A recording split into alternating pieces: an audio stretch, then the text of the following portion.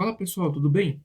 Hoje a gente vai resolver uma questão bem legal, tá? É uma questão teórica de química sobre propriedades coligativas, em especial a propriedade pressão máxima de vapor. Então, vamos nessa.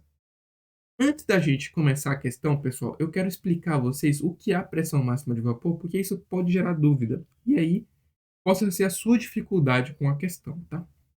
Então, vamos nessa. Imagina que você tem um recipiente, tá? E esse recipiente, você coloca uma quantidade de água. Eu vou usar água como exemplo, mas pode ser qualquer substância líquida, tá? Mas vamos usar água. E aí você começa a esquentar essa água a uma certa temperatura qualquer, tá? Pode ser qualquer temperatura, desde que você permita a existência de água líquida e vapor. Então não pode ser, por exemplo, se você tiver uma pressão de 1 atm, não pode ser, por exemplo, 100 Celsius, porque senão toda a sua água vai virar vapor, tá? Então, uma temperatura qualquer, tá? Em que você consiga ter água no estado líquido e no vapor.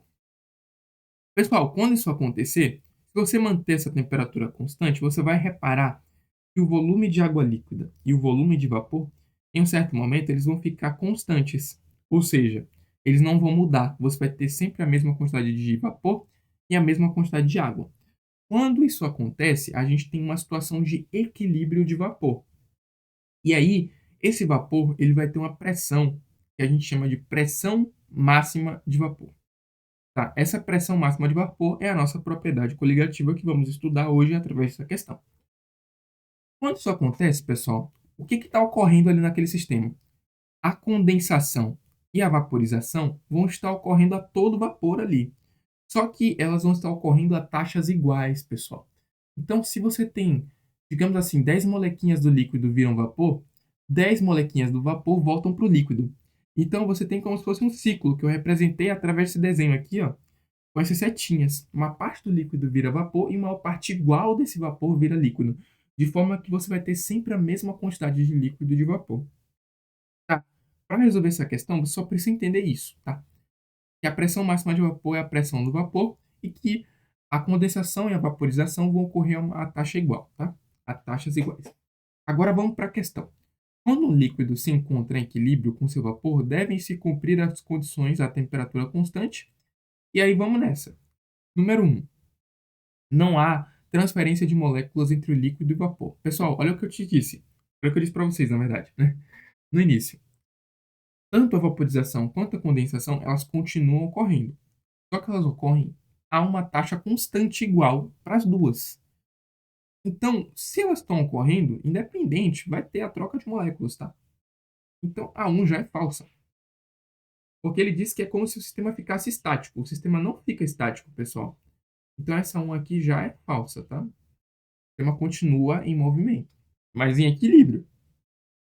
A pressão de vapor tem um valor único. Pessoal, a pressão de vapor precisa ter um valor único. Porque, digamos que é como se a pressão de vapor é o valor que meio que deixa o sistema em equilíbrio. É mais ou menos isso. Se essa pressão ficar mudando, o sistema não fica em equilíbrio. Então, para uma temperatura e uma pressão constante, esse sistema está em equilíbrio, então a pressão de vapor vai ser sempre a mesma. Então, a 2 é verdade, pessoal. A 2 é verdade, tá? Os processos líquido a vapor e vapor a líquido ocorrem com a mesma velocidade. Ele está querendo dizer basicamente a condensação e a vaporização, tá? E sim, como eu te expliquei, eles continuam ocorrendo a uma mesma taxa e, consequentemente, a uma mesma velocidade também. Então, é isso que mantém exatamente o equilíbrio, pessoal. Verdade é 2 também. A concentração do vapor depende do tempo. Pessoal, talvez só essa parte aqui que eu não expliquei já no início, mas, ok. Essa concentração de vapor, a quantidade de vapor que você vai ter, ela não tem nada a ver com o tempo, mas sim com a temperatura que você está aplicando e com a pressão que está ali no meio, tá?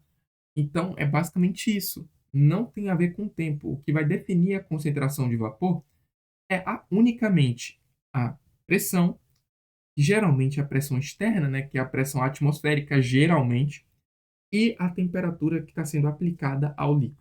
Beleza? Então, essa daqui é falsa.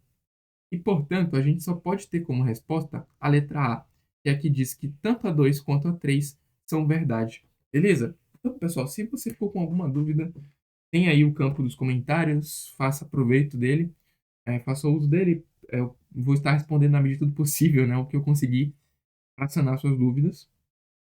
E é isso, pessoal. Espero que vocês tenham gostado desse vídeo e até um próximo exercício.